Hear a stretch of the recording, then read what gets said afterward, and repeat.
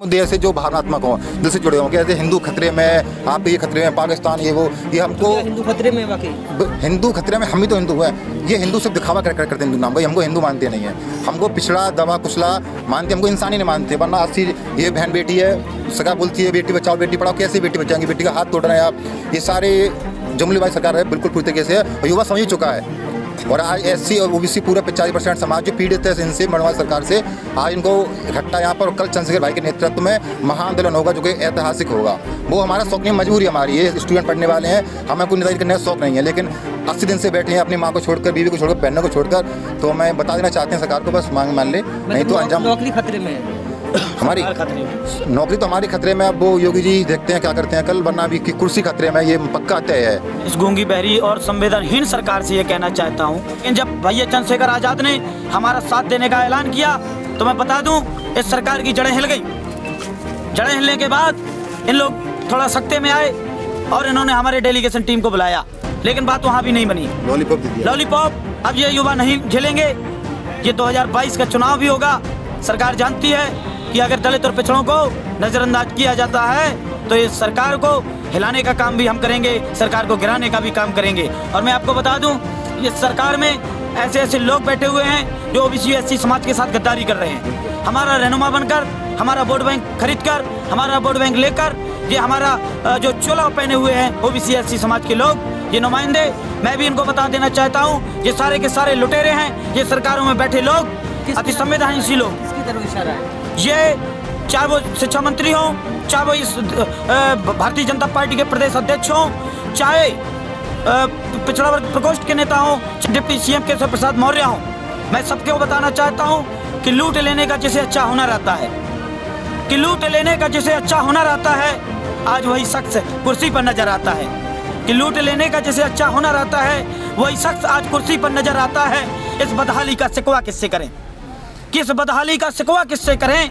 वहाँ तो भ्रष्टाचारियों का ही सैलाब नजर आता है, सैलाब नजर आता है। और मैं आपको बता दूं ये जुमलेबाज सरकार रोज एक नया जुमला देती है, तो इस पर भी मैं कहना चाहूँगा कि हर रोज एक नया झूठ बोल रहा है, कि हर रोज एक नया झूठ बोल रहा है। नफरतों का जहर दिलों में घोल रहा है, कि नफरतों का जहर दिलों में घोल रहा है। अरे देश चलाने वाले और प्रदेश चलाने वाले जरा होश में आ, कि प्रदेश चलाने वाले जरा होश में आ। हमको कौन सी तराजू में तोल रहा है, हमको कौन सी तराजू में तोल रहा है? हम शहीद आजम भगत सिंह की विचारधारा में चलने वाले लोग, हम ना मुकदमों से डरते हैं, ना जेल जाने को डरते हैं। योगी जी ने कहा था कि हम जेल भेजने का काम करेंगे, क्रांतिकारी हैं हम लोग। योगी जी सुन लीजिए, हम ना कोई जेल से डरते हैं, ना मुकदमे से डरते हैं। अगर शहीद आजम भगत सिंह उस समय जालिम सरकार और तानाशाह सरकार से लड़े ना होते, जेल ना गए होते, शहीद ना गए होते, तो आज शायद देश का नौजवान उनको आदर्श नहीं मानता। हम इस वक्त लखनऊ के इको गार्डन में हैं। यहाँ पर जो स्टूडेंट हैं वो विरोध प्रदर्शन कर रहे हैं, प्रोटेस्ट कर रहे हैं 69,000 शिक्षक भर्ती आरक्षण को लेकर। यहाँ 78वां दिन है, यहाँ पे स्टूडेंट बैठे हैं। क्या क्या मांगे हैं इनकी और क्यों जो है ये विरोध प्रदर्शन कर रहे हैं, आइए इनसे जानते हैं। क्या नाम हुआ आपका? सर नीरज कुमार मौर्य। ये जो आप जो विरोध प्रदर्शन कर रहे हैं किन किन मांगों को लेकर? देखिए हमारी कोई अलग मांग नहीं है, बस एक ही मांग है, 69,000 शिक्षक भर्ती में महाआरक्षण घोटाला, जो कि हम नहीं कर रहे हैं, राष्ट्रीय पिछड़ा आयोग कर रहा है, जिसमें बहुत ही बड़े पैमाने पर आरक्षण घोटाला हुआ है। राष्ट्रीय पिछड़ा आयोग ने अपनी 1.5 साल सुनवाई चली, जिसमें हमारे 75 जिलों के BS से और विभाग के 4 सचिव गए थे और उन्होंने अपनी रिपोर्ट लगाई, जिस आधार पर राष्ट्रीय पिछड़ा आयोग ने 1.5 साल सुनवाई करने के बाद जब रिपोर्ट प्रस्तुत की 29 अप्रैल को, तो उसमें साफ लिखा है कि OBC को 27% की जगह पर मात्र 3.86% और SC भाइयों को 21% की जगह पर मात्र 16.6% आरक्षण दिया गया। इस तरह से आरक्षण का महा घोटाला हुआ है, लेकिन सरकार यह मानने को तैयार नहीं है। और जहां तक रही इस सरकार की बात, तो हम बता दें कि यह सरकार सितंबर और अक्टूबर में OBC महासम्मेलन करने जा रही है, जिसमें मुख्य रूप से केशव प्रसाद मौर्य और स्वतंत्र देव सिंह जा रहे हैं। जहां केशव प्रसाद मौर्य मेरे समाज से आते हैं, मैं उनको बताना चाहता हूं, आप किस मुंह से जाएंगे पिछड़ा आयोग सम्मेलन करने? क्योंकि 78वां दिन आज हमारे धरने का है। आप एक दिन भी हमसे पूछने नहीं आए। जब आपके आवास पे हम जब न्याय मांगने गए राहुल मौर्य जी, जो कि आपको चाचा कहते थे, उनका मार के सिर फोड़ा गया। सुरेश सैनी जी जब SCRT पे न्याय मांगने गए तो उनकी रीढ़ की हड्डी तोड़ी गई। और वहाँ आप देखेंगे लड़कियों में बैठी हुई हैं मुक्ता कुशवाहा जी, जो कि फूलपुर से आती हैं, जहाँ से केशव प्रसाद मौर्य जी चुनाव लड़ते हैं, वो गई न्याय मांगने तो बीजेपी कार्यालय पे उनका हाथ तोड़ा गया। ये किस मुंह से जाएंगे वोट मांगने, पिछड़ा सम्मेलन करने? हम इनको बताएंगे कि पिछड़ों के नेता नहीं रहे अब, और इनको 2022 में हम सबक सिखाएंगे अगर हमारी न्याय नहीं मांगी जाती। किस तरीके का सबक सिखाएंगे? वोट के माध्यम से सत्ता से बेदखल हो गए। सर सी वोटर जो है सर्वे तो दिखा रहा है कि उनकी फिर से सरकार बन रही है। अरे सी वोटर दिखाएगा, आज तक दिखाएगा, ABP दिखाएगा, लेकिन जब परिणाम आएगा तो आपके सामने होगा। आप क्या कहेंगे? शिक्षा मंत्री मुख्यमंत्री जी को गुमराह कर रहे हैं। जी, मैं पहले सबसे पहले ये बोलना चाहूँगा, एक होती है नीयत, एक होती है नीति। इस सरकार की दोनों ही खराब हैं। ये सरकार नहीं चाहती है कि युवा SC ST OBC पिछड़े युवा हैं देश के, जो सदियों सताए हैं, वो आगे बढ़ें, पढ़े लिखें। ये सरकार चाहती है हम बस गाय गोबर हिंदू मुस्लिम मंदिर मस्जिद करते रहें, सरकार से सवाल ना करें। लेकिन ये सरकार ये भूल रही है कि लोकतंत्र है, और लोकतंत्र की पहचान होती है कि विपक्ष का होना, सरकार से सवाल करना। तो हम योगी जी को बताना चाहते हैं, ये युवाओं को कमज़ोर ना समझें। ये देश गांधी का भी है, उतना देश भगत सिंह का भी है। और ये युवा 80 दिन से बैठे हैं आज, और जब युवा बिगड़ जाता है तो इतिहास का भूगोल भी बदल देता है। योगी जी से मैं ये बोलना चाहूँगा, इनकी मांग सुन लें, वरना ये युवा कुर्सी देना जानता है, कुर्सी छीनना भी जानता है। तो बस यही मेरा अनुरोध है योगी जी से। आप मुख्यमंत्री हैं, आपका संविधान आपको DPSP देता है, आर्टिकल 36 से लेकर 51 तक, राज्य के नीति नियत को लागू करें। और जो ये योग्य हैं, योगी जी बोलते हैं कि हमको योग्य अभ्यर्थी नहीं मिल रहे हैं, ये UP टेट सुपर टेट सारे टेट क्वालिफाई हैं, वेल एजुकेटेड हैं, इनका हर चीज़ का अलाउ है। ये फिर भी सरकार की नीयत में खोट है, मनसा नहीं है देने की नौकरी की। आपने कहा मंदिर मस्जिद, तो जो है चुनाव के वक्त तो मंदिर मस्जिद में वोट दिया जाता है। ये भावनात्मक मुद्दे लाते हैं, और जिससे कि हम एक आम आदमी अपने जो मूलभूत मुद्दे हैं, रोजी रोटी, शिक्षा, कपड़ा, मकान, रोजगार, सब भूल जाएं।